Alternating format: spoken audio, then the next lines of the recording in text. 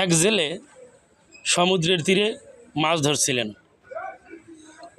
ওই পথ দিয়ে একজন প্রভাবশালী লোক ওই পাশ দিয়ে যাওয়ার সময় তিনি জেলেকে জিজ্ঞেস করলেন, ভাই ওখানে কি করছেন? তখন বললাম যে মাছ ধরছি। বললেন কি মাছ দেখি। তারপরে উনি দেখলেন এবং দেখলেন যে একটা বড় বোয়াল মাছ সে পাইছে। তিনি বললেন যে বোয়াল মাছটা আমি নেব। তিনি বললেন যে না, আমি এটা বিক্রি করব, আমার এখান থেকে সংসার চলে।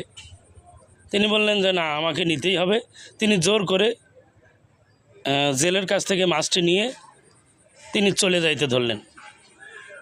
কিছু দূর গিয়েই হঠাৎ করে বোয়াল মাছটা তার হাতে এমন কামড় দিয়ে বসে, তার হাত একবারে রক্তাক্ত হয়ে যায় এবং মাছটা সমুদ্রে পড়ে গিয়ে চলে যায়। তিনি দ্রুত ওখান থেকে প্রস্থান করে ডাক্তারের কাছে আসলেন এবং ডাক্তারের কাছে প্রথম অবস্থায় যে ট্রিটমেন্ট করে ফার্স্ট এইডের ব্যবস্থা করে উনি বাড়িতে চলে আসলেন। বললেন যে 3 দিন পরে আপনাকে আমরা আবার দেখব। উনি 3 দিন ওষুধপাতি খাইলেন। খাওয়ার পর আবার যখন 3 দিন পর গেলেন ডাক্তারের কাছে, ডাক্তার ব্যান্ডেজ খুলে দেখলেন যে আসলে তার যে অংশে কাটা হয়েছিল, মাছ দ্বারা দংশিত হয়েছিল, সে অংশটা পচন ধরেছে। তখন শেষ পর্যন্ত ডাক্তার তাকে পরীক্ষা নিরীক্ষা করে বললেন যে আসলে আপনার হাতের কবজি পর্যন্ত কেটে ফেলতে হবে, তাছাড়া কিন্তু আপনার এটা ভালো হবে না।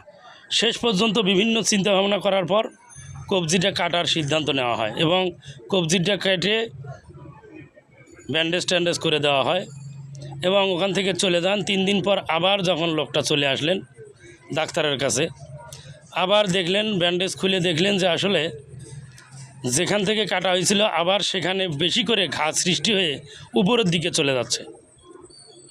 তখন ডাক্তার বললেন আবার আপনার উপর থেকে যে অংশে পচন ধরেছে এই অংশটুকু কেটে ফেলতে হবে, তা না হলে আপনার এই হাত ভালো হবে না। শেষ পর্যন্ত এটাও কেটে ফেলার সিদ্ধান্ত গ্রহণ করা হয়। তৃতীয়ত 3 দিন পর আবার যখন ডাক্তারের কাছে আসলেন, তিনি দেখলেন যে অংশটা কাটা হয়েছে দ্বিতীয়বার, তার উপরে আবার পচন ধরেছে। ডাক্তার বললেন যে আবার আপনার উপরে আরও উপরে কাটতে হবে। তখন বললেন ডাক্তার সাহেব, একটা চিন্তিত হয়ে বললেন যে আসলে আপনি এরকম তো কখনো আমরা আমাদের ট্রিটমেন্ট জীবনে আমরা কখনো দেখিনি। কারণ এভাবে একটা জায়গা কেটে যদি ওষুধপাতি খাওয়া হয় তাহলে এটা সেরে যাওয়ার কথা। আমরা 2 বার কাটলাম, তৃতীয়বার কাটার জন্য আমরা প্রস্তুতি নিতে হচ্ছে আমাদের। তখন তিনি বললেন যে আসলে আপনি কোনো খারাপ কাজ করেছেন কি না যদি আপনি মনে করেন।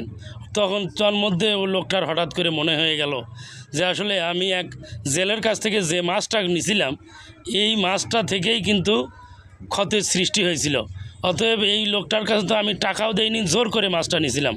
তখন ডাক্তারকে এই কথাগুলো যখন বললেন, ডাক্তার সাহেব বললেন যে আসলে আপনার এটা খুব বড় ধরনের ভুল হয়ে গেছে।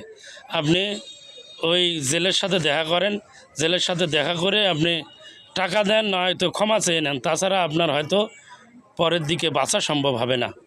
তিনি ওখান থেকে দ্রুত প্রস্থান করে ওই লোককে খুঁজতে লাগলেন। শেষ পর্যন্ত জেলেকে পাওয়া গেল এবং জেলেকে পেয়ে বললেন যে আমার এই অবস্থা। তখন জেলেকে বললেন, জেলে ভাই আপনি কি কোনো বদদোয়া বা এরকম করেছিলেন কি না? তিনি বললেন যে না, আমি কোনো বদদোয়া করিনি। আসলে শুধু আপনি যখন মাছটি নিয়ে যাইতেছিলেন তখন আমার শুধু মনে হয়েছিল যে আমি মাথাটা উপর দিকে বলছিলাম, আল্লাহ আমার আজকের সংসারটা কিভাবে চলবে। এই গল্প থেকে আসলে এটাই আমরা শিক্ষা গ্রহণ করতে পারি যে ছোট হোক বড় হোক, কারো কাছেই কোনো ধরনের কষ্ট দিয়ে কোনো কিছু করব না। কষ্ট দিয়ে করলে আমাদের ছোট হোক বড় হোক বিপদ হওয়ার সম্ভাবনা অবশ্যম্ভাবী। Thank you, best of lakh.